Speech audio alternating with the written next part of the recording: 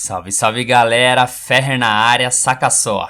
Começou a nova temporada de animes de abril e tô trazendo anime novo, pessoal. O nome vai estar no primeiro comentário fixado, então maceta o like e se inscreve no canal para não perder os próximos vídeos. Fiquem com o resumo aí, valeu! O anime começa mostrando um plebeu gravemente ferido, abrindo os olhos e cercado por seus inimigos, que tiram sarro dele, com desprezo por sua humilhação. O homem de sua frente, antes de acabar com a vida do rapaz, concede a ele a oportunidade de lançar um último feitiço.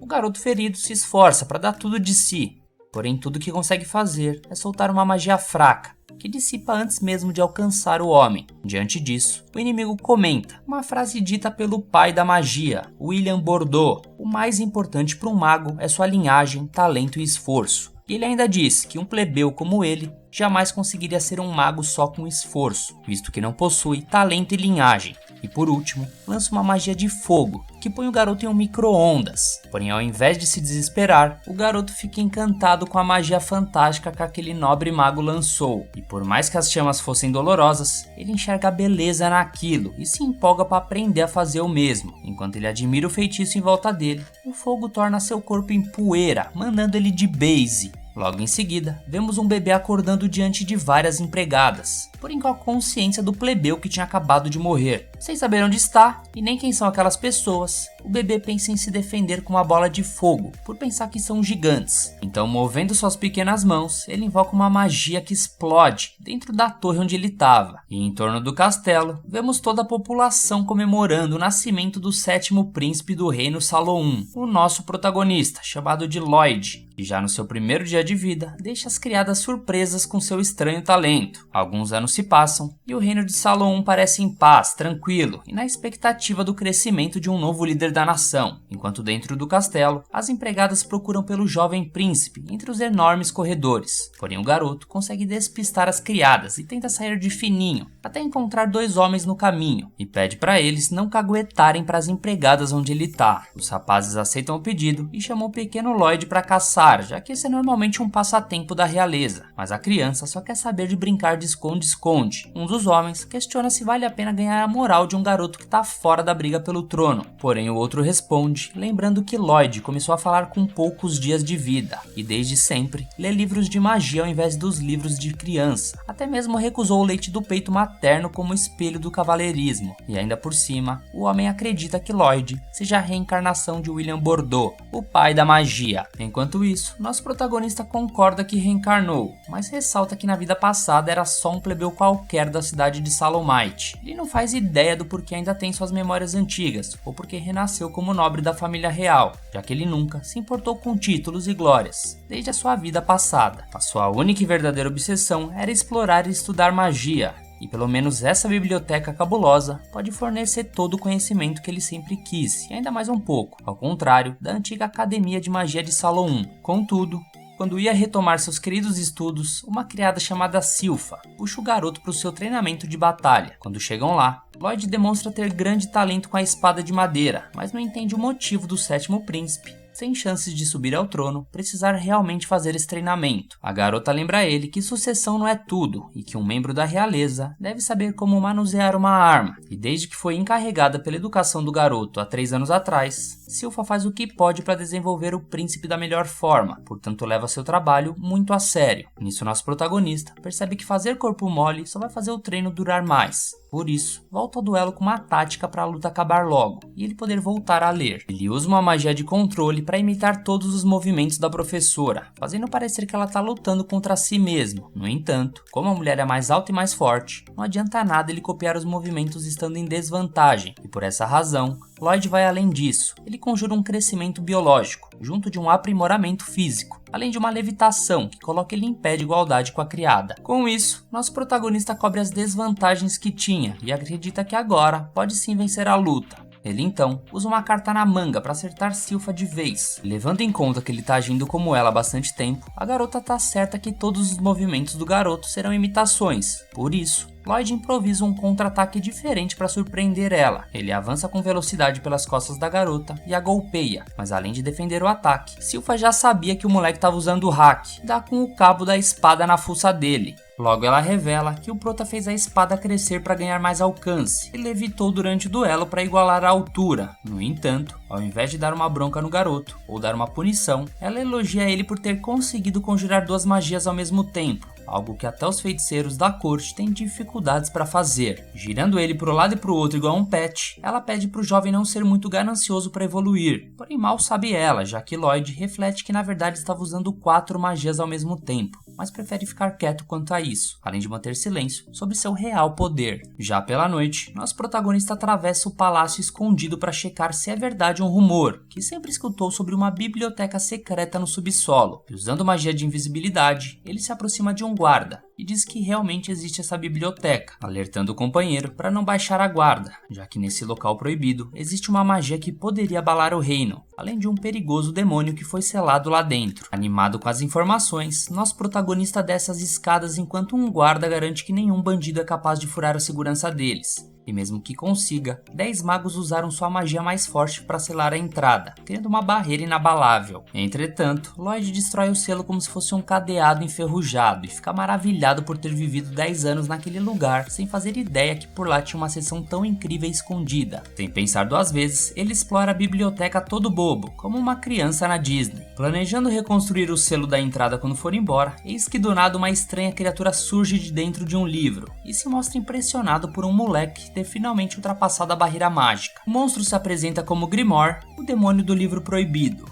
Lloyd logo se apresenta também, e o demônio deseja que o garoto quebre o selo dele, porém o prota reflete se é o certo a se fazer, e Grimoire ressalta que seu selo deve se romper a qualquer momento, por estar velho demais, e ainda por cima, oferece recompensar a criança com quanto ouro quiser. Dito isso, Lloyd se aproxima de uma daquelas supostas moedas de ouro e descobre se tratar de uma magia de criação fuleira. E por isso, o demônio fica sem acreditar que foi desmascarado por uma criança. Não só isso, Lloyd retruca a criatura e afirma que na verdade vai recolocar o selo dela, porque o estudo de magia dele é baseado nas bibliotecas desse reino, e deixar um demônio solto por aí pode colocar tudo em risco. Grimoire comenta que os magos que selaram ele eram de séculos passados, e portanto ele não tem raiva de ninguém da atualidade, mas o garoto não cai no papinho, então Grimoire promete ensinar ele sobre magias antigas de centenas de anos atrás, e assim, ele captou a atenção do jovem. Com isso, Grimoire assume uma forma mais inocente e enche a bola da criança, afirmando que ela tem muito talento para magia. Porém, isso faz o garoto ter um flashback da vida passada de Lloyd, onde o mago misterioso afirma que ele não possui talento nem linhagem. Apesar disso, nosso protagonista concorda com Grimoire e ainda acrescenta que possui um físico bem mais privilegiado do que os plebeus, fazendo o demônio fingir que concorda, enquanto por dentro ele quer meter a mão na cara do garoto. Logo, nosso protagonista rompe o selo do demônio do livro proibido e não acredita que o moleque caiu nesse papinho bobo. Então, Lloyd pergunta quando vão começar as aulas de magia antiga, e Grimoire lança a magia do tiro obscuro em cima dele. Pergunta se ele deu tempo de aprender alguma coisa. Tendo a certeza que o moleque foi de arrasta pra cima, Grimoire se pergunta o que deve fazer agora. Porém, nosso protagonista ressurge intacto, com o escudo em volta de si. Impressionado com a forma exótica do feitiço lançado, inocentemente ele pergunta se o demônio poderia ensinar ele outro poder além desse. Mas Grimoire tá querendo acabar com a brincadeira, então lança vários tiros obscuros no escudo mágico, porém nenhum deles causa dano à barreira. Vendo todos os feitiços explodindo, Lloyd não aguenta de curiosidade e pega um pedaço para dentro para observar e tentar aprender como funciona.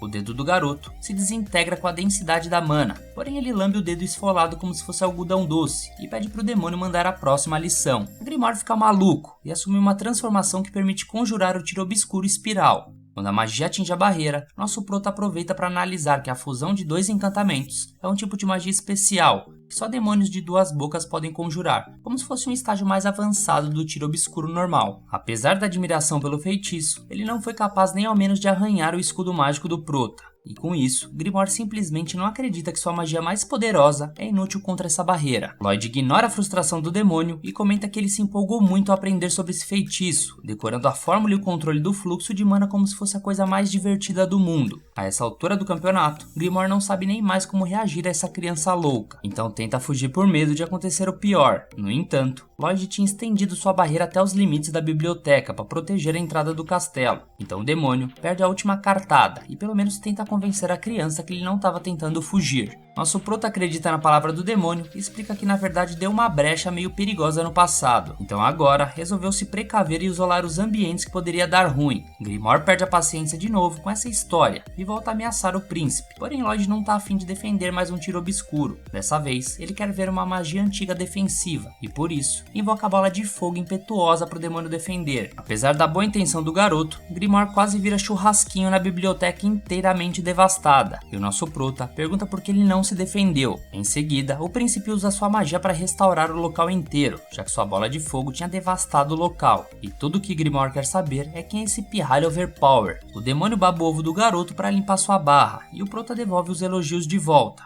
Em seguida, Lloyd ressalta que os demônios não podem morrer através de magia, mas que adoraria testar até onde um deles pode aguentar. Com isso, Grimoire joga a toalha de vez e jura lealdade ao moleque, se oferecendo como um familiar. Lloyd aceita a proposta, porém como o demônio chama muita atenção com essa aparência de bode bafomé, ele se transforma em um mini demônio fofo para tentar ganhar o coração da criança, já que não conseguiu dominar ele na força. O garoto pede pro demônio entrar na roupa dele e Grimoire vê agora uma oportunidade de grudar no corpo dele, controlar a mente. Mas a mana do garoto era tão imensa que o demônio sabia que encostar um dedo naquela quantidade insana era estar pedindo para ser mandado de base. Portanto ele volta atrás e resolve ser bonzinho por enquanto, pedindo pro prota chamar ele de Green. Com tudo resolvido, o sétimo príncipe pode finalmente voltar a estudar magia em paz. Alguns dias se passam e dentro do castelo do reino de Saloum, vemos um membro da família real sendo arrumado e vestido por alguns servos. Usando o traje da realeza, ele atravessa um dos salões da mansão, diante da reverência dos seus empregados. Quando entra na biblioteca, vemos o nosso protagonista lendo diversos livros sobre magia, e Grimoire pergunta ao garoto o que fazer diante da presença do estranho que estava chegando. Lloyd pede pro capetinha se esconder, e logo vendo quem era, nosso protagonista fica animado com a chegada de seu irmão, Albert. Juntos, os dois vão até o campo de treinamento, e Albert mostra suas novas habilidades com magia, e acerta em cheio um alvo com seu feitiço de fogo, deixando todos em volta impressionados com a mira dele. Enquanto Lloyd aplaude o desempenho, Green pergunta se por acaso ele era o segundo príncipe, e nosso protagonista confirma que sim, dizendo ainda que ele tem um ótimo físico e é muito inteligente, a ponto de dizerem até que seria o próximo rei de Saloum. Albert tem autoridade para acessar todas as instalações do castelo, e às vezes até chama nosso prota para ir junto com ele explorar. Como é uma das raras oportunidades de usar magia dentro do castelo, o garoto fica agradecido pelo convite. Logo chega a vez de Lloyd mostrar suas habilidades com a magia. Porém, como ele não quer chamar a atenção ao ponto de ser apontado para disputar a sucessão do trono, nosso prota pensa em colocar uma curva de propósito na bola de fogo, para pegar o alvo só de raspão, fazendo todos pensarem que ele não tem talento. Então logo nosso protagonista tira uma magia para cada alvo, e em todos eles o resultado é o mesmo, só acertando os alvos de raspão. Diante disso, as pessoas aplaudem,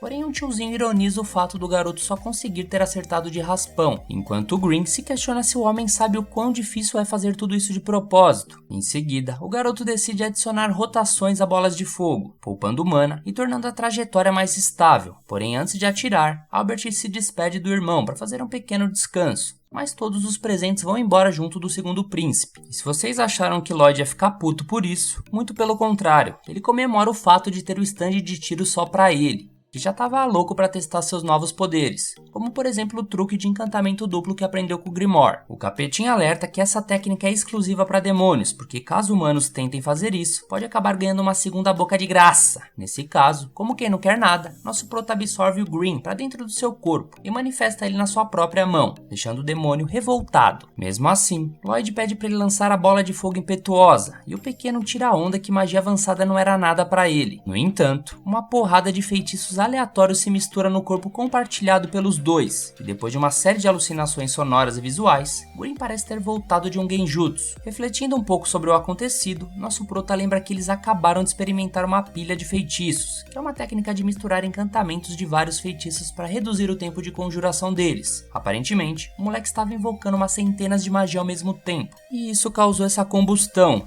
Com isso, Green surta e comenta que o certo é usar 2 ou 3 no máximo, porém a criança acha que a invocação ainda vai ficar lenta demais. Para corrigir esse problema, Lloyd pega emprestado a boca do demônio para recitar 2 encantamentos avançados de uma só vez, controlando a fala dele e então mesclando a bola de fogo impetuosa com uma bola de cascata impetuosa. Um aumento surreal de mana envolve o garoto, e Green não acredita que o jovem é capaz de combinar 2 magias tão diferentes uma da outra. Com o encantamento duplo preparado, Lloyd sabe que não pode soltar uma magia desse nível aqui no castelo, então aponta o acúmulo de energia para cima, mostrando uma onda mágica tão vasta e poderosa que podia ser vista pelos 4 cantos de Salão 1. Enquanto isso, dentro do palácio, um nobre pergunta por que Albert dá tanta atenção para Lloyd, já que é só uma criança com pouco talento para magia e nada demais. Em resposta, Albert afirma que o homem não tem noção nenhuma de talento se pensa assim. Afinal, Lloyd acertou todos os alvos da mesma forma, e é bem possível que ele tenha feito isso de propósito. Na opinião de Albert, o 7º príncipe é um prodígio, podendo até se tornar um grande sábio algum dia, e ao mesmo tempo, um trunfo importante para o Albert. O tiozinho comenta que o futuro rei pode e deve usufruir dos serviços do grande sábio, porém Albert ri e responde que sua única intenção é se dar bem com seu irmãozinho. Eis que em seguida, um homem observa pela janela o céu escurecido e questiona se o sol já se pôs. Porém, segundo o espantado Green, seu mestre abriu um buraco no céu que trocou a manhã pela noite brilhante. Parece que temos um novo Saitama. Mas logo o garoto volta atrás com essa magia insana e interrompe o fenômeno, enquanto Green se pergunta quem diabos é essa criança afinal de contas. Um tempo se passa e vemos o pequeno capetinho encontrando uma matéria num jornal que falava sobre um buraco misterioso nos céus. Quando mostra pro Lloyd que seu feitiço ficou famoso, nosso protagonista parece mais interessado na parte de trás do jornal, onde outra matéria dizia que um grupo de aventureiros ranquear limparam uma masmorra poderosa e coletaram todos os preciosos loots. Essa matéria dá um gatilho pro garoto explorar masmorras ele mesmo, na esperança de conseguir um monte de itens com poderes mágicos.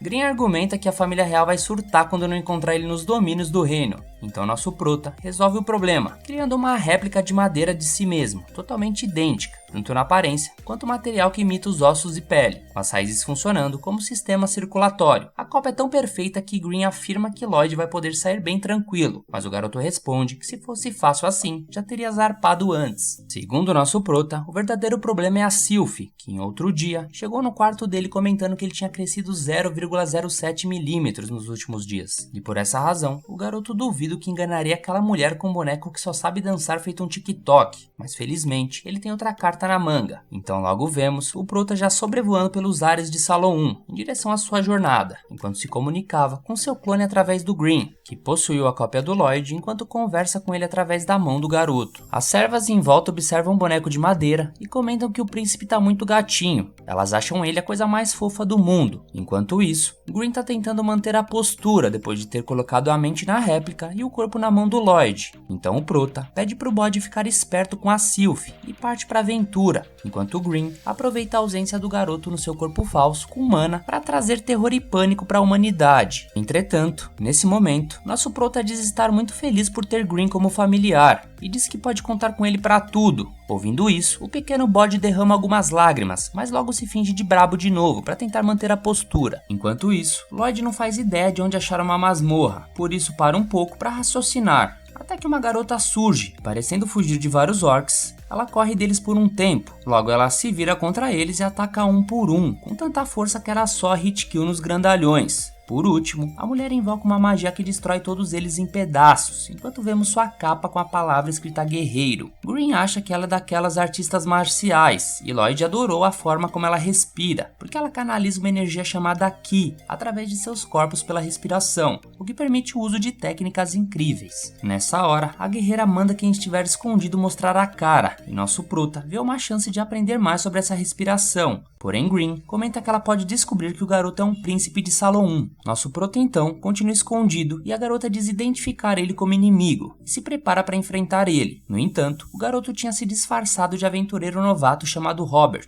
e como esse feitiço de transformação só podia fazer ele virar quem ele já conhecia, nosso prota usou o encantamento duplo e misturou sua aparência com a do seu irmão Albert. Combinando os dois, o garoto criou uma pessoa nunca vista antes, então sem se sentir ameaçada, a garota se apresenta como Tal, uma aventureira rank B que pratica artes marciais. Nosso protagonista está preocupado dela suspeitar de alguma coisa, mas na verdade a garota simplesmente está apaixonada por essa nova aparência dele. Ela reflete que depois de 18 anos dedicado às artes marciais, ela até conheceu alguns garotos pelo caminho, mas todos só tinham olhos para sacerdotisas delicadas e enjoadas. Por isso, ela promete tornar Robert seu novo namorado, custe o que custar. Lloyd fica confuso com a reação da garota e se despede, mas Tal se oferece para se juntar ao príncipe. Então os dois vão até a entrada de uma masmorra na floresta. Espancando tudo que aparece, Tal pergunta se o Robert se apaixonou pela força dela, mas o garoto só tem olhos para os lutes da caverna. Um pouco adiante, nosso protagonista questiona se Tal é uma aventureira solo, e a garota responde que sim, já que nunca encontrou nenhum homem decente, ou melhor, um companheiro de jornada para compartilhar aventuras. Algum tempo depois, enquanto eles comem, Lloyd está curioso sobre esse tal de Ki que a garota usou para fazer aqueles ataques. E Tal fica impressionada por alguém desse continente conhecer essa técnica tão rara. Ela explica que Ki parece um pouco de como a mana funciona na magia, porque a forma como se respira também é importante para a técnica tradicional. Então Tal ensina que o Ki começa e termina com a respiração, que você usa para controlá-lo, permitindo que você ganhe poder explosivo, além da capacidade normal. Até mesmo para sentir o Ki, é necessário praticar muita respiração. E por falar em Ki, essa assanhadinha solta que é muito mais fácil sentir o que ela quer com o Robert.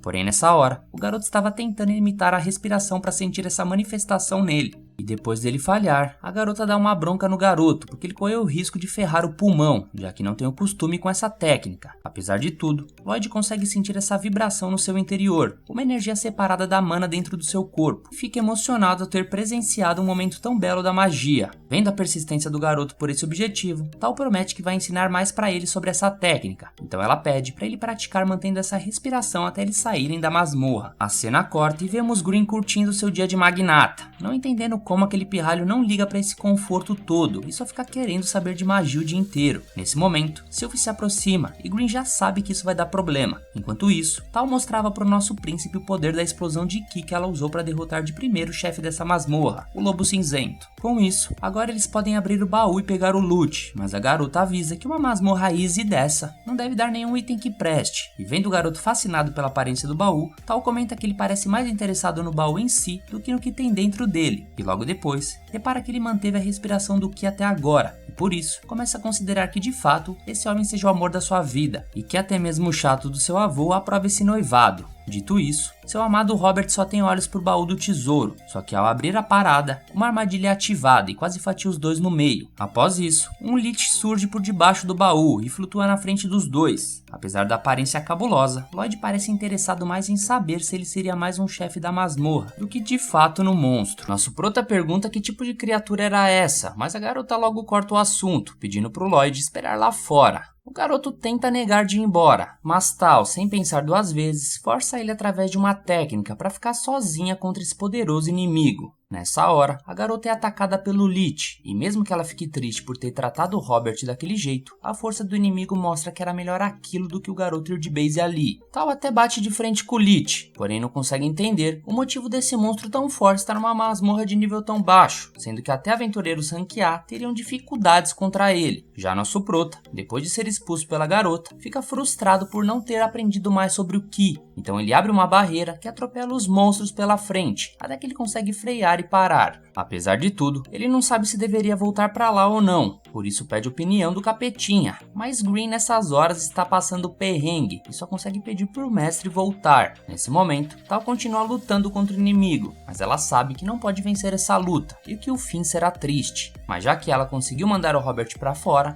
talvez ela consiga sair despercebida daquele lugar. Porém o Lich comenta sobre as técnicas de Ki da garota, dizendo que já comeu alguém que usava essa arte, e que não passa de uma forma inferior de magia. Agora, seria a vez da Tal ser devorada pelo monstro e ter suas habilidades roubadas. Mas segundo ele, só valeria a pena comer aquele garotinho que reagiu ao primeiro ataque dele. Nisso Tal comenta que Robert e o Lich são parecidos no sentido de sempre buscar conhecimento, mas ao contrário do monstro, o garoto é capaz de achar o que procura, até debaixo de um pedregulho, e não devorando pessoas. Ela sabe que a população atual trata o Ki como uma técnica ultrapassada e fraca, mas o Robert disse que achou incrível. O Lich fala que não tá nem aí pra isso, até que a garota usa sua respiração para chapiscar o inimigo, porém ele se protege com uma barreira mágica. Ainda assim, a garota treina desde os 5 anos todo santo dia, inclusive privando ela de fazer coisas normais do dia a dia, como arranjar um namorado. Então pelo menos ela tem que usar esse sacrifício para dar tudo de si em uma luta como essa. E realmente ela consegue rachar o escudo na base da porrada, e em seguida usa uma técnica que atravessa a barreira como se fosse papel. No entanto, esse poder consumiu quase toda a energia da Tal, e agora ela mal consegue se mexer. Basicamente ileso, o Lich aparece novamente e diz que mesmo a técnica de Ki mais poderosa da garota é mais fraca que a mais simples magia que ele faz com um único dedo. Portanto, ele declara que a garota vai simplesmente ir de base à toa. Então ele conjura a habilidade Morticissura em cima da Tal para enterrar o defunto. Mas só que não, nosso protagonista simplesmente aparece com a barreira mágica e impede a garota de ir de arrasta. Dando uma risadinha psicopata, o garoto diz que vai ter que ser rápido porque ele tá com pressa, então ele chama o Lich para bailar.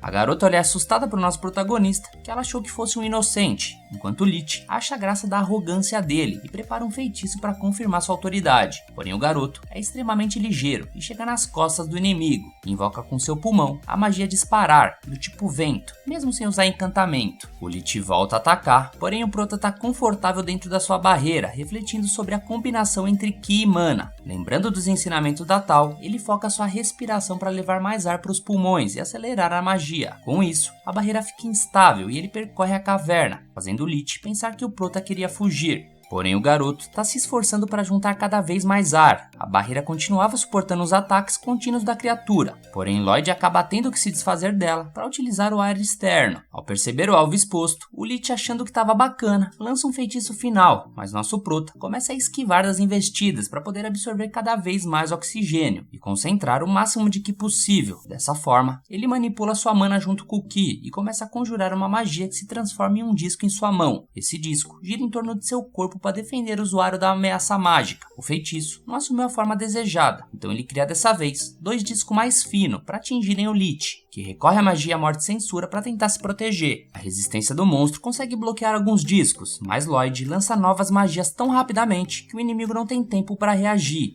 Diante disso, o Lich engole seu próprio orgulho ao ver uma técnica de Ki superando seus feitiços. Até que nosso prota prepara seu disco energético mais fino e afiado até o momento. O Lich se defende mais uma vez com seu escudo mágico, mas o disco corta a barreira junto com ele, e um corte simplesmente perfeito. E finalmente, mandando o Lich de volta para as profundezas das trevas. A garota não acredita no que vê, enquanto nosso prota parecia ter brincado como se fosse um treino. Depois, os dois finalmente vão atrás da merecida recompensa, porém logo percebem que foi uma perda de tempo, porque só tinha uma faca velha enferrujada dentro do baú. No entanto, Lloyd repara que ela é imbuída em magia, e pede para ficar com a arma, até que o baú é puxado para baixo da terra, fazendo a caverna começar a desmoronar. Assim, nosso prota nota que o tesouro é o núcleo que sustenta cada masmorra, e avaliando o mecanismo que alimenta todas essas dungeons, o garoto se empolga enquanto a caverna está caindo aos pedaços, o que desespera cada vez mais a Tal. Por fim, ele agarra o baú tão desejado e os dois fogem daquele local. Ao saírem, Lloyd percebe que o baú era o catalisador para reunir energias no subsolo e revitalizar a masmorra mais uma vez. Curiosa, Tal questiona se o rapaz optou por usar Ki em vez de usar magia apenas porque o Lich menosprezou a técnica, mas na verdade, o rapaz simplesmente achou que seria mais divertido. Eis que o garoto se lembra de Green e voa depressa para o alto, mas antes dele ir, Tal promete que vai se esforçar até conseguir usar a técnica final que o garoto usou,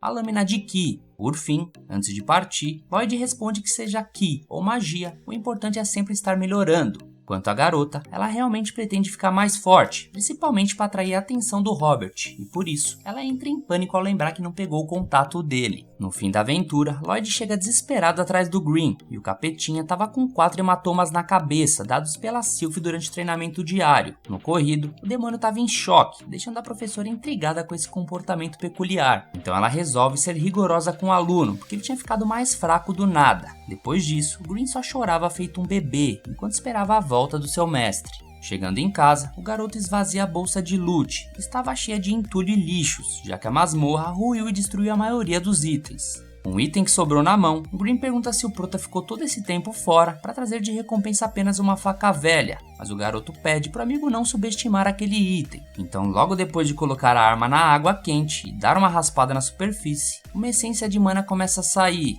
um catalisador que eleva as fórmulas mágicas imbuídas a níveis incríveis. No caso dessa faca, parece que foi encantada com o poder de fortalecimento. Em seguida, ele chacoalha toda a essência num recipiente para quebrar a fórmula, mas toma cuidado para não desperdiçar esse material, já que não é uma coisa que acha em qualquer lugar. Sendo assim, Lloyd analisa a essência de mana para poder criar mais sozinho, e usando a habilidade de purificação de água, ele filtra as impurezas e separa os elementos base, que são óleo, prata e hematita. O Capetinha comenta que hematita é feita a partir de pó de núcleo de monstro, mas nosso prota acha que consegue fazer um improviso com o núcleo da masmorra, logo vai ficar faltando óleo, prata e as armas para imbuir. Então o prota vai até seu pai e pede aquele fortalecimento de prata. O velho pergunta se não era melhor levar ouro, mas o Lloyd precisa mesmo de prata. E o rei fica encantado com a humildade do seu filho. Então, com o material em mãos, o garoto e o demônio se reúnem num quarto escondido e escuro para começar a preparar. No dia seguinte, as coisas voltam à rotina, com Sylphie reconhecendo seu aprendiz de novo depois de uma trocação de espada. Ao usar a disparada, nosso prota corre para baixo da saia da serva, mas ela é bem rápida e consegue desviar do ataque. Depois, ele invoca uma magia que impressiona a garota, mas que só serviu de cobertura para Sylphie se esconder e terminar a luta, com mais uma vitória na carreira. Depois do treinamento, nosso prota não acha justo ganhar o óleo, já que o trato era conseguir a substância se acertasse a professora uma vez.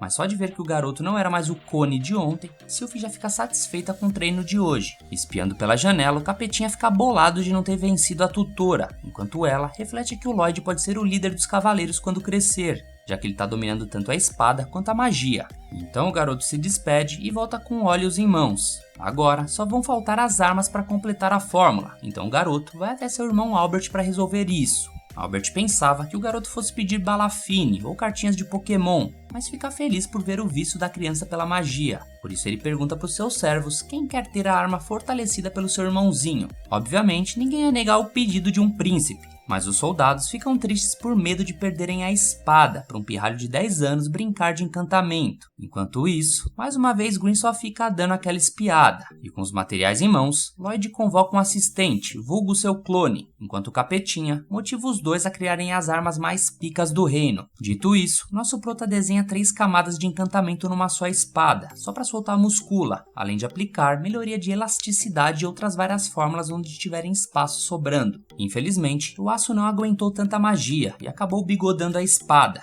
então o pequeno mago tenta pegar mais leve para não jogar toda a fórmula no lixo. No processo, Lloyd ia fazendo uma por uma, até conseguir aprimorar 50 de 120. Quando volta para o seu irmão, ele lamenta ter quebrado 70, mas na verdade ele tinha conseguido 80, só que quebrou mais 10 tentando colocar mais magia do que devia. Dando um check nos armamentos, Albert lembra que a taxa de sucesso de um encantador de primeira é de apenas 10%, por isso seu irmão fez um trabalho espetacular. Eis que do nada, ele nota uma espada inusitada no meio das outras. Enquanto isso, os soldados começam a fingir que suas espadas ficaram melhores, já que não botavam fé em um pirralho usando magia, até que a espada de um deles cortou a bainha no meio ao ser guardada. Nesse momento, Albert saca a espada especial e o prota tá doido para ver suas criações em ação, por isso o segundo príncipe chama o garoto para caçarem monstros juntos.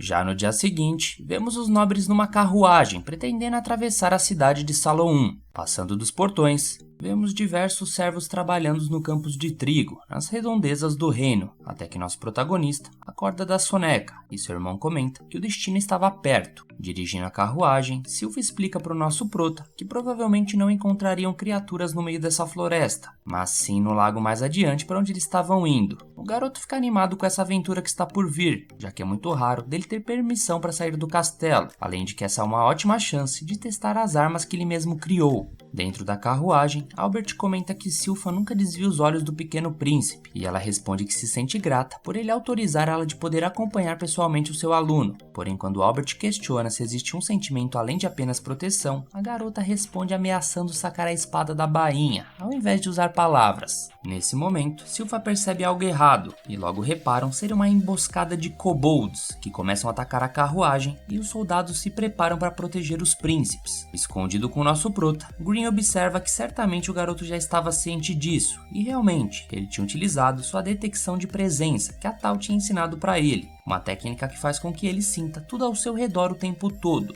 A batalha começa e os soldados da família real fatiavam os kobolds como se fossem bifes, o que deixa nosso proto orgulhoso com suas criações. As lâminas eram tão afiadas que até os soldados tinham receio de acabar se ferindo com elas. E nisso Albert enche a bola do irmão, dizendo para os guerreiros que ele é realmente talentoso com encantamentos. Silpha também reconhece a habilidade do Lloyd e faz uma pilha de monstros, mas na real é que a espada dela nem estava bufada. Eis que do nada, um kobold escondido ataca de surpresa o garoto, mas a Tal aparece do nada para eliminar a criatura. Como ela percebeu a presença de monstros, veio correndo para tentar ajudar. Nosso prota quase a trata como se ainda fosse o Robert, mas consegue se conter, então Tal se aproxima, refletindo de como esse garotinho consegue usar a respiração do Ki. Observando o rosto do menino, ela jurava que ele seria o Robert, mas se enganou. Silpha, observando tudo, interrompe a intimidade com qual a garota está tratando o sétimo príncipe de Saloum. Nisso Tal responde para a empregada não subestimar a técnica de Ki dela, criando assim um clima tenso entre os brothers.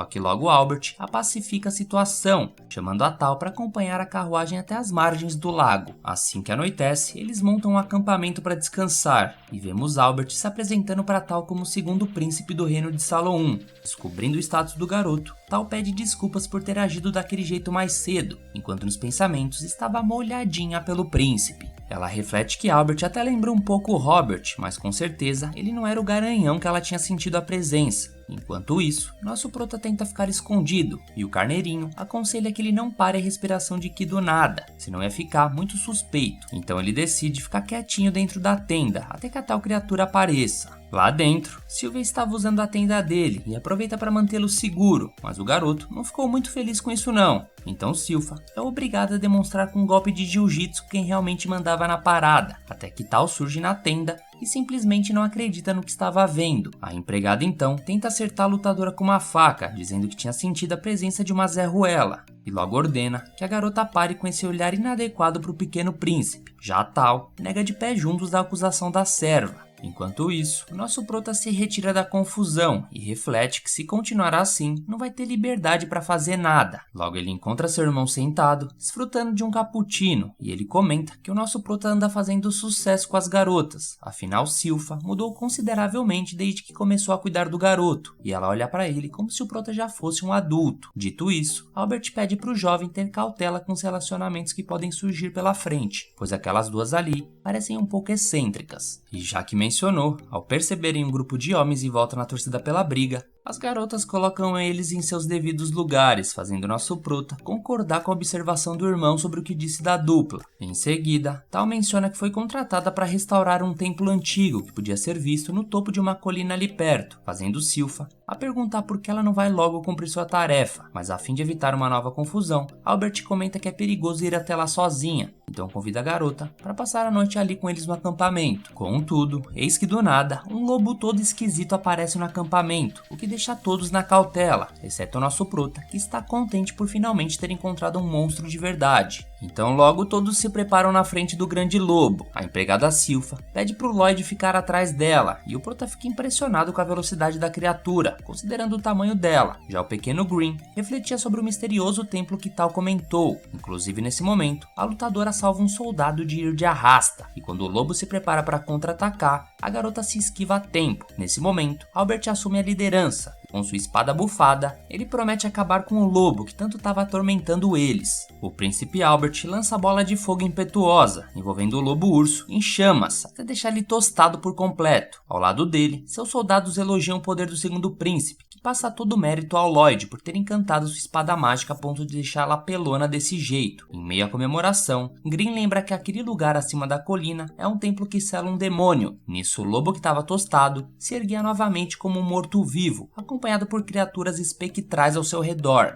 Dentro do imenso animal, uma voz começava a rir na tentativa dos humanos de ferirem seus servos. E logo brota da boca do lobo o demônio Pazuzu, dizendo que esses humanos pagarão o preço de ter feito isso, com a vida. Assim, diversas criaturas avançam contra os soldados. Agora a porra ficou séria. E embora Albert tenha acertado o olho de uma das criaturas, o monstro começa a se regenerar automaticamente. Tal aparece dando uma bicuda para ajudar o príncipe. E logo o garoto olha ao redor e repara que esses lobos são diferentes de todos que ele conhece, com alguns parecendo ser mestiços. Isso deve ser coisa do demônio que os controla. Longe dos perigos noturnos, Lloyd pergunta pro Green se ele conhecia esse outro demônio que apareceu. Embora não conheça, Green sabia que ele estava transmutando mana para controlar os monstros, e que esse poder permite controlar alguém como se fossem marionetes. Não só isso, ele envia mana bastante para eles se regenerarem dos ataques que recebem. Nosso Proto olha pro seu familiar com cara de cachorrinho sem dono e pede para ele ensinar como transmutar mana também. No meio do pelego, Silpha só fica observando a tal ser pisoteada por um monstro gigante, enquanto Green tenta dizer ao Prota de que essa não é uma boa hora para ter uma aula. Só que o Lloyd não tá nem aí pra hora do Brasil. Assistindo ao combate, Pazuzu repara que alguns humanos ali até que tem algum talento, mas a maioria são um pedaço de esterco, como aquele pirralho e sua empregada que estavam cagando de medo. Ouvindo o que o demônio disse, Silpha se enfurece com suas palavras e simplesmente pede licença pro príncipe. Ela vai na direção de Pazuzu, que continua falando groselha pra empregada. Coitadinho desse demônio. Silpha então pergunta se os servos do demônio seriam igual a esse saco velho onde ele estava escondido. E ainda completa dizendo que o próprio demônio fedia mais que um umbigo de mendigo. Dizendo que esse chupeta tá contaminando o ar fresco do jovem príncipe, ela confirma que ele pagará com a vida. Dito isso, o demônio ri de novo e comenta que todos os lobos ursos que foram derrotados já estavam totalmente curados. Então, enquanto ele estiver canalizando mana, seus servos vão se regenerar infinitamente. E quanto ao esgotamento da mana, ela poderia ficar tranquila, porque demônios são como um acumulado de mana. Nesse momento, Silpha coloca a mão no nariz e Pazuzu comenta que ninguém iria salvar ela agora. Então ela responde que na verdade o bafo dele estava tenebroso. O demônio fica putinho e tenta atacar Silpha distraída. Albert até acha que ela iria de base, porém ela não só tinha escapado do ataque, como também fatiado cada uma das 4 patas do lobo. O demônio se regenera mais uma vez, porém todos reparam que estava um pouquinho mais lenta do que estava. Afastado do pelego, Green diz ao garoto que transmutar mana é um trabalho delicado, porque do jeito que Pazuzu fez, ele sincronizou a mana com a natureza dos monstros, que ajuda ele a manter o controle sobre elas. No começo, é bom ele colocar cor na sua mana, depois o formato e o cheiro. Rapidamente, o Prota tinha feito uma flor rosa com um cheiro incrível, então ele e o Green até fecham os olhos para se deliciarem com o aroma daquela rosa. Nesse mesmo momento, Silpha botava o Pazuzu para mamar, e ainda por cima, ela pediu a espada encantada feita pelo protagonista para dar um fim em Pazuzu, que logo começa a perceber que acabou mexendo com a pessoa errada, e até agora não conseguiu acertar um golpe nela sequer. E não só isso, agora ela possuía uma arma muito poderosa em mãos. Dito isso, o demônio reflete que ficou curioso sobre esse moleque que tem uma babá tão poderosa o protegendo, por isso planeja dissecá-lo para examinar seu corpo. Parece que esse cara realmente não aprendeu. Então, enquanto ameaçava a Silpha, girando em volta dela numa velocidade cabulosa, ele pensa que achou uma brecha para acabar com ela. Depois de abocanhá-la, Pazuzu achou que estava na Disney e que tinha chance de acabar com ela. Porém, Silpha só aproveitou para chegar mais perto do demônio.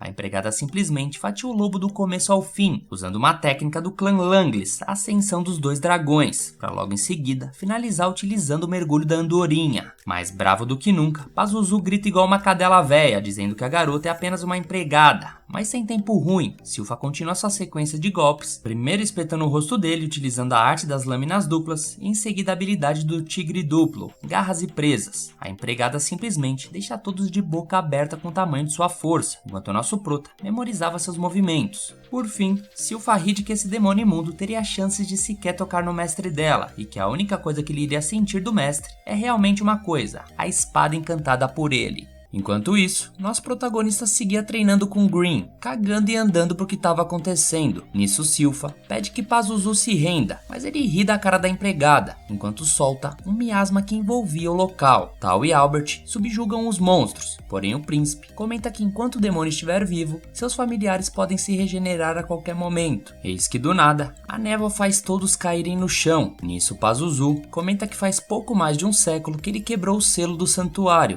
por isso, todos vão pagar pelo que fizeram aos seus servos. Em um golpe surpresa, o demônio já estava enfurecido e consegue arremessar Silpha longe. Ao mesmo tempo que Albert, enfraquecido, não conseguia se mexer. Pazuzu explica que essa névoa era um miasma de dominação, que faz todos os envolvidos nela obedecessem a ele. Silpha, sem perder a piada, comenta que agora sabe o motivo de tanto fedor. O demônio fica cada vez mais puto com as tirações dela e ataca a Tal como resposta, e obriga a artista marcial a se defender de qualquer jeito. Arremessada para perto da Silpha, a garota pergunta se a empregada estava bem, só que por mais que responda que sim, ela já estava no bico do corvo, tremendo de frio e cuspindo sangue, por isso logo desaba de uma vez. O demônio reconhece a ferocidade da Silpha em conseguir resistir inalando o miasma de perto, mas quer saber como a Tal também não se rendeu ao miasma ainda. A artista marcial tenta até dar uma bicuda no capiroto, mas ela estava tão acabada que não tem a menor chance de conseguir algo. Pazuzu então segura a Tal igual um frango de padaria, e ele reflete que talvez o motivo seja essa respiração peculiar da garota, que esteja fazendo ela resistir ao controle do miasma. Mas como Tal já estava toda dominada, a respiração de Ki dela estava cada vez mais difícil de controlar. O demônio acredita que a garota não vazou quando teve a oportunidade, porque estava louca para virar serva dele. Mas ao ver isso, a garota responde dizendo que não correu, porque jamais fugiria, vendo um lindão precisando de ajuda. Nisso ela usa seu pulso do trovão sobre o vilão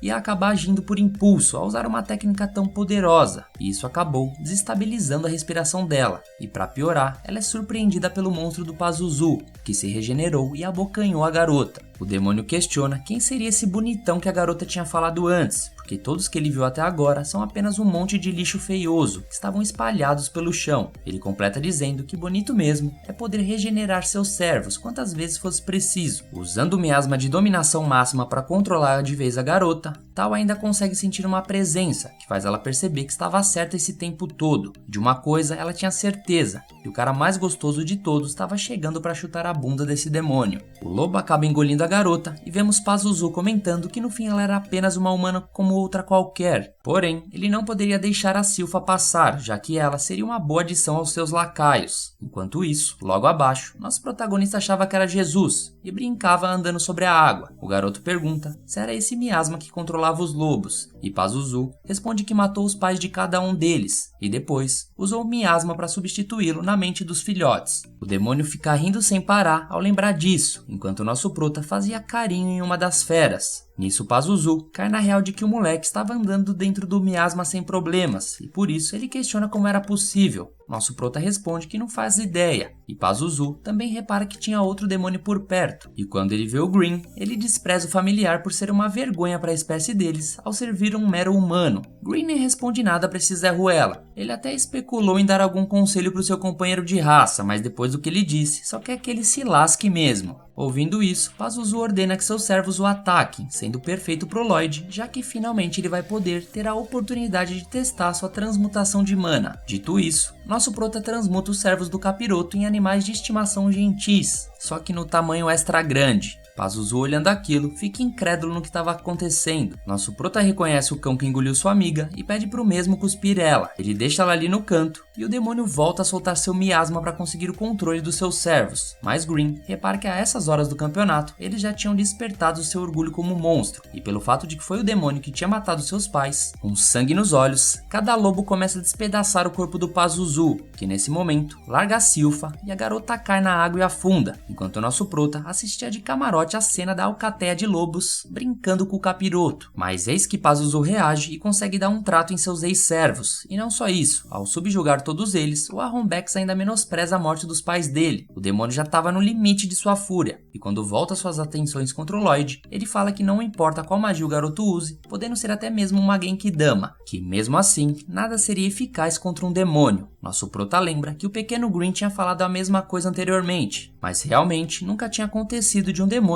morrer por algum feitiço. O demônio acaba com o campo de flores que Lloyd tinha criado, aumentando consideravelmente seu poder, porém o garotinho não acha que eles sejam imortais. Talvez demônios só sejam mais difíceis de matar mesmo. Nosso protagonista começa a se empolgar, se envolvendo sobre uma quantidade de mana exorbitante, e nisso Green reflete sobre Pazuzu não entender a razão do miasma dele não atingir o garotinho, e o motivo disso é que nosso prota escondia sua quantidade de mana para não chamar atenção. Dito isso, Agora que tá ali face a face com esse demônio, Lloyd quer aproveitar e usar ele de cobaia para testar suas magias de restrição, fazendo o poderoso Pazuzu se sentir um pesadelo diante daquela quantidade de mana. De início, o garoto tenta colocar o demônio dentro de um escudo mágico, mas ele consegue escapar. Em seguida, nosso prota começa a tentar prender ele em diversas barreiras, e o demônio entende que o garoto só estava brincando com ele, tentando colocar ele numa gaiola. Desesperado, ele voa para não acabar preso numa daquelas barreiras mágicas. Conforme o demônio ficava cansado de tanto fugir, Green perguntava quantos feitiços nosso prota poderia mandar de uma só vez, e ele responde que cerca de 20, mas se tivesse a ajuda dele, conseguiria bem mais. Sem perder tempo, Green se junta à mão do garoto, e os dois juntos invocam tantas barreiras que o único lugar possível para o demônio fugir era para debaixo d'água, senão seria pego. As conjurações não paravam, e Pazuzu começou a achar que estava boneco com sua agilidade para fugir, mas logo ele acaba bigodando, uma magia de classe espacial chamada Cláusula Dimensional. Basicamente, ela apareceu com a fusão de todas as barreiras criadas. A criatura desesperada tenta se livrar do feitiço se debatendo para todo canto, porém nosso prota não ficou nada feliz com o experimento que aquele demônio fez naqueles lobos ursos. Dito isso, a coisa fica mais feia ainda para a mosquinha que estava presa. Diante desse poder, Pazuzu percebe que é possível ele ir de base, mesmo que demônios serem ditos como invencíveis. Por isso ele tenta convencer o garoto a poupar a vida dele em troca de títulos, dinheiros ou mulheres. Mas tudo que nosso prota queria mesmo era apenas testar seus feitiços na criatura. Logo em seguida, Lloyd combina o inferno ardente com a tempestade revolta, o solo sísmico e a tormenta revolta. Ele usa também o nível mais alto dos 4 elementos, multiplicando por 100 repetições, e simplesmente arremessa essa magia antes nunca vista, que dava cerca de 240 feitiços por minuto. Assistindo a tudo admirado, nosso prota fica tão encantado com aquelas cores que decide manter a magia por meia hora. Mas aí também é loucura, né? O pequeno feiticeiro logo se cansa e cancela o feitiço depois de apenas 5 minutos, e logo pergunta se ainda tinha alguém ali dentro, mas Pazuzu tava só o pó da rabiola e infelizmente não respondeu nada. Quando questionado se ele estava morto, Green explica que as magias têm efeito nos demônios, assim como a luz e o som têm efeito nos humanos, mas diante da quantidade de estresse que foi aplicado nele, parece que é isso que acontece. Aos trancos e barrancos, Pazuzu comenta que passou um século na angústia, criando aqueles monstros para governar o mundo, e tudo desmoronou facilmente por apenas um mero garotinho. Um pouco depois, o resto do pessoal começa a acordar e nosso prota lembra que precisava inventar uma história para explicar o que aconteceu. Conforme Pazuzu e a D-Base se desintegrando, Green explica que existe uma vantagem em abrir mão do próprio orgulho para seguir uma pessoa mais forte, e é mais fácil se divertir com alguém que estava se divertindo. Por isso, esse garoto atrai tantas pessoas à sua volta. Percebendo que esse não deveria ser um discurso de um demônio,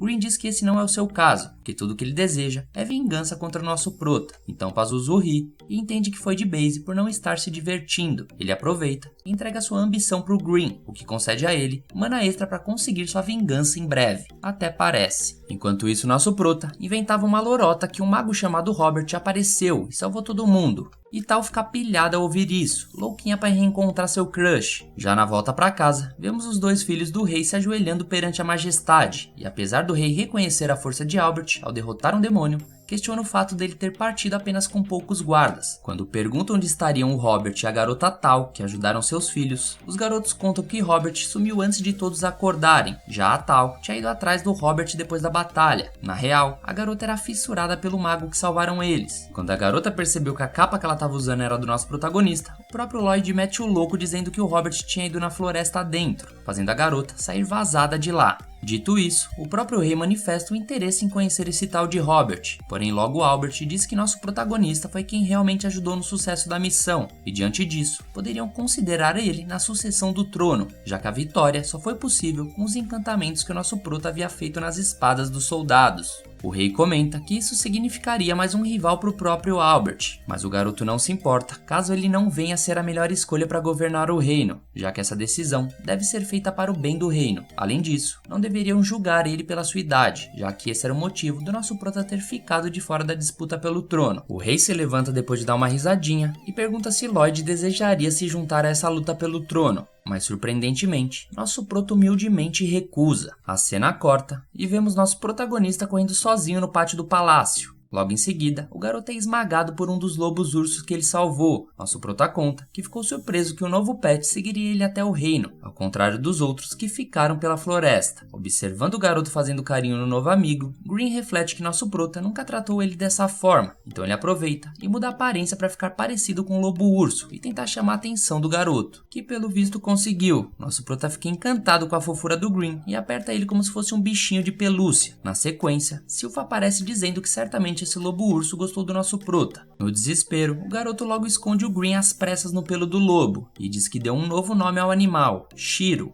E o motivo era por conta da cor da pele dele. Ouvindo que nosso prota queria ensinar um monte de coisas pro Shiro, utilizando mana, Green reflete que o garotinho só liga pra magia, que até conseguiu recusar a sucessão, como se tivesse recusado uma bolacha. Nesse mesmo momento, vemos o rei enfatizando que o Lloyd foi modesto em recusar o convite, e Albert considera que o garoto apenas teria outras prioridades mais importantes no momento. Um pouco mais tarde, vemos nosso protagonista tentando adestrar seu novo parceiro Shiro, que até que aprende rápido alguns comandos simples, mas tem dificuldades quando é pedido para ele girar 3 vezes no chão ou outras ordens mais precisas. Lloyd até tentou escrever feitiços de comando com mana e enviar para ele, mas o lobo não entendia o comando, e isso acabava por ficar confuso. Silpha questiona se teria algum especialista em monstros por perto para dar algumas dicas ao nosso prota, e eis que os dois, refletindo, chegam à mesma conclusão: a princesa Alize. Quando chegam na torre da sexta princesa de Salon 1, Green questiona quem seria essa garota, e nosso prota dá uma breve explicação sobre Alize, sua irmã, que é 3 anos mais velha que ele. Ela adorava animais de todos os tipos, e não só isso, monstros também. Eis que a garota aparece e simplesmente se joga em cima do Lloyd, fazendo ambos saírem rolando. E não para por aí, ela simplesmente taca um beijão de irmão nele, que deixa a Silpha maluca, desesperada com a atitude. Outra empregada chamada Ares também aparece, já repreendendo a princesa pela atitude bizarra que ela fazia toda vez que via nosso prota. E o motivo disso era porque ele era fofo. Quando ela pergunta o que ele queria com a visita, já supõe que poderia ter algo a ver com o lobo urso. Nosso prota fica surpreso da princesa já reconhecer que Shiro era um lobo urso, e Silpha logo se mostra enciumada com a garota, já dizendo que era melhor eles ir embora dali, já que a princesa não entende nem mesmo o conceito de mana. Seria difícil dela explicar como se comunicava com os monstros. Lloyd pede calma para Silpha e questiona se Alize poderia mostrar um dos monstros dela para ele. Para surpresa dos dois, a princesa já tinha chamado um deles, Liro, um Fenrir de classe superior de lobo urso. A criatura realmente não era pouca coisa, já que foi capaz até mesmo de escapar da detecção de presença do nosso prota e de Silpha. Não parando por aí, a princesa não tinha nem mesmo emitido um comando para a criatura, mas sabia que deveria se aproximar enquanto os dois estavam de costa, que deveria roubar a faixa de cabelo de Silpha sem que percebessem. Isso significava que Alize dava ordens complexas sem dar indícios. Empolgado, nosso prota se pergunta como ela conseguia fazer isso. Ele pede para a princesa ensinar isso a ele, já que a intenção dele era poder se comunicar com Shiro. A princesa comenta que não era uma tarefa simples, mas ao ouvir isso, ele fica mais empolgado ainda, já que não gostava de quando as coisas eram fáceis. A princesa diz que vai ensinar o garoto, mas simplesmente solta que o segredo disso era o amor, já que com amor poderia entender qualquer monstro. Nisso ela simplesmente convoca todos os bichanos em volta dela para um abraço coletivo. Eles comentam que Alize era uma prodígio, ou simplesmente tem magnetismo animal, mas a garota nega, dizendo que qualquer um poderia fazer aquilo. O que deveria fazer era apenas sentir e depois fluir. Nosso protagonista começa a coringar, basicamente já entendendo tudo só de receber o conselho da irmã. Silpha, vendo aquilo, se pergunta se Lloyd tinha se interessado no amor, já tendo pensamentos calorosos com o garotinho. Ela é uma maníaca. Enquanto isso, o garoto reflete que só estava tentando dar ordens ao Shiro e que isso não era 100% certo, já que na real ele tinha que compartilhar sua vontade com ele. Ele diz que quando Alize convocou todos os animais dela, ele notou mana fluindo diretamente da cabeça da garota, que é direto para a cabeça das criaturas, fazendo ser capaz de se conectar inconscientemente aos animais e dar uma visão direta do que desejava. Lloyd começa a tentar fazer o mesmo processo e quando direciona sua vontade para Shiro, o lobinho começa a obedecê-lo sem ter emitido nenhuma ordem, fazendo corretamente tudo o que ele havia pedido, o que deixa o garoto extremamente feliz. E a empregada da princesa completamente surpresa, tendo a técnica comparada até mesmo a um domador de monstros. A Lizzie continua com birra dizendo que aquilo era amor e não era nada dessas coisas complicadas que eles diziam. Mas no fim das contas, nosso prota responde que claro que amor era importante, já que ela havia ganho esse poder por conta da princesa ter muito amor pelos animais. Além de que, para compartilhar sua mente, precisava ter um senso de empatia, caso contrário, não daria certo. Voltando pro palácio, Lloyd conversa com Silpha sobre sua conexão com Shiro, mas a empregada não tá muito afim dele ser um domador de monstros não, e já convoca ele para aproveitar essa empolgação para um treinamento de espadas. Mas eis que o garoto é salvo pelo gongo. Albert aparece dizendo que precisava conversar com o nosso protagonista, e Silpha não concorda muito com isso, tentando até persuadir o príncipe, o que não dá muito certo. Albert comenta que gostaria de apresentar alguém ao nosso protagonista, e logo vemos Dian, irmão mais velho do prota e quarto príncipe de Salon 1. Eles vão até a forja de Dian, que descobrimos ser um ferreiro.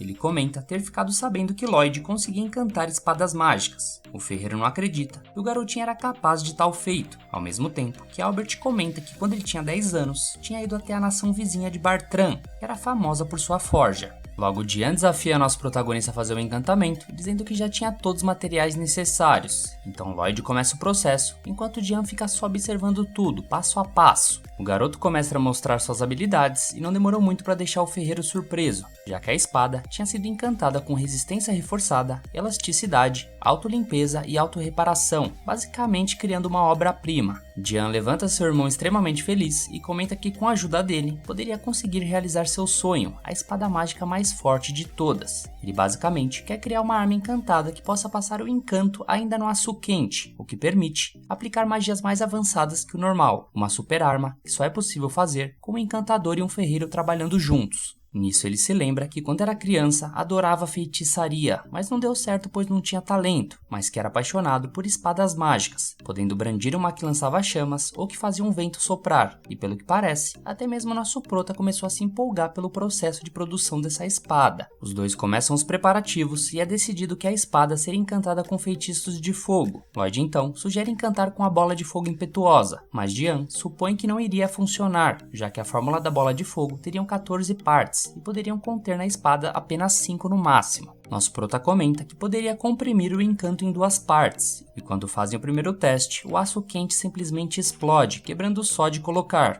Talvez o peso da bola de fogo impetuosa foi demais, então Lloyd reflete que tentaria comprimir menos ou dividir em 4 partes. Antes das próximas tentativas, Silpha, que só espiava, foi colocada para colocar a mão na massa. Inúmeras tentativas são feitas, com todas simplesmente falhando, mas quando o nosso prota novamente reflete sobre o processo, Green repara que a essência de mana que eles estavam utilizando era da Deep Web, e Dian tinha pago uma mixaria nelas. Quando Lloyd usa sua magia de purificação máxima na essência de mana, quase não tinha hematida na fórmula, sendo insuficiente para um encantamento em uma espada mágica, que precisa de algo mais concentrado. Nosso prota pergunta se Dian tinha mais hematida, que nada mais é que um material feito de núcleo de monstros. O príncipe responde que não, já que era considerado raro. Nisso Lloyd reflete que teria que ir caçar monstros nas masmorras para conseguir mais. E por coincidência, ao mesmo tempo Silpha comenta que eles poderiam ir até uma masmorra para obter. Surpreso, Lloyd até joga verde dizendo que não deixaria um príncipe como ele ir até uma, mas a espadachim já tinha falado com o rei sobre isso, que para ampliar seus horizontes seria uma boa ele ter ideia de um mundo mais amplo, e a majestade acabou concordando com isso. Sendo assim, Silpha leva nosso protagonista até a Guilda dos Aventureiros. Chegando lá, Lloyd fica encantado com o tamanho do local. Quando vão até a recepcionista, ela se apresenta como Karina. Para fazer o registro, nosso prota precisava preencher alguns dados e o trabalho que ele vai se registrar. Ele preenche com os dados verdadeiros e agora deveria colocar a mão na bola de cristal para avaliar seus pontos fortes e definir sua classificação de aventureiro. Lloyd já tinha utilizado uma bola de avaliação quando se matriculou na Academia de Magia, que era carregada com uma leve quantidade de mana quando tocada.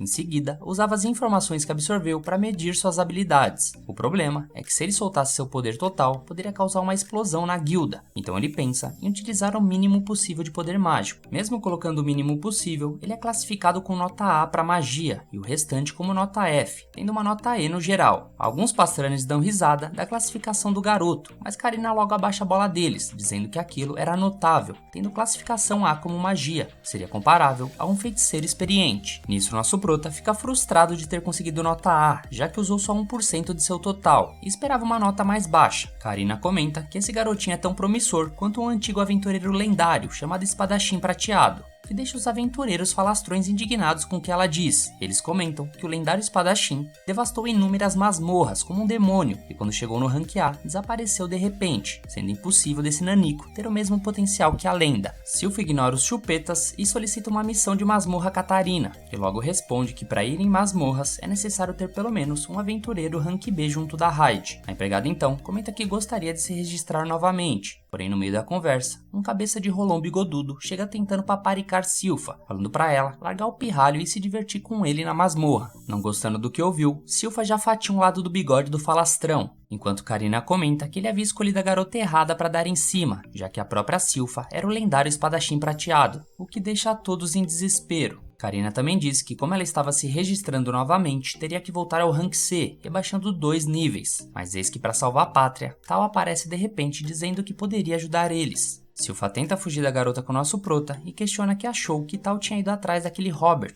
que responde que não conseguiu encontrá-lo de jeito nenhum, mesmo tendo revirado diversas masmorras, e ela acabou indo em tantas que até conseguiu ranquear de aventureira. Por isso, em troca de ajudarem eles, ela desejava marcar um chá com Albert. Nosso protagonista comenta que não sabia que Silpha era uma aventureira tão incrível, mas a empregada só responde que foi aventureira por pouco tempo, como forma de treinamento, já que era imatura na época. Além disso, também tinha encontrado inimigos difíceis que até mesmo ela não conseguiu derrotar. Eles eram chamados de a Guilda dos Assassinos. Nosso grupo visita uma masmorra qualquer e sem dificuldades conseguem concluí-la. Nesse mesmo momento, Albert visitava a forja para conversar com Diane, que conta que talvez Lloyd demore alguns dias para coletar os materiais que precisavam. Diane questiona se o motivo dele ir lá era porque a guerra estava próxima, e Albert responde que definitivamente as coisas tomaram um rumo perigoso, mas que o real motivo foi para eles se darem bem como irmãos. Não era para ele se preocupar com nenhuma guerra, porém se ele utilizar as espadas criadas para ajudarem a salvar vidas no reino, isso seria maravilhoso. Enquanto conversam, nosso grupo logo retorna com os materiais necessários, e ambos se juntam para produzirem a tão esperada espada. Quando vão até o campo de treinamento fazer o teste, uma bola de fogo simplesmente gigantesca é soltada, causando uma explosão tremenda dentro do palácio, o que deixa todos surpresos com a força da espada produzida pelos irmãos, com Lloyd até refletindo que na próxima vez deveria suavizar um pouco mais o encanto, tendo a bela espada nomeada como de Lorde. Quando anoitece, vemos nosso prota cansado depois de tanto trabalho para criar o encantamento da D-Lord, tendo que reduzir a bola de fogo impetuosa para uma bola de fogo normal, além de ter encantado outras espadas para os soldados. Enquanto fazia carinho em Shiro, ele sente a presença de algo no jardim central, como se houvesse um buraco no espaço, algo bem atípico, e vemos uma pessoa encapuzada por lá. E assim termina o episódio, pessoal. Se estiver gostando desse anime, deixa aquele feedback maroto aqui nos comentários e não esquece de deixar o like e de se inscrever no canal para não perder os próximos vídeos, demorou? Um abraço a todos, fiquem com Deus e fui!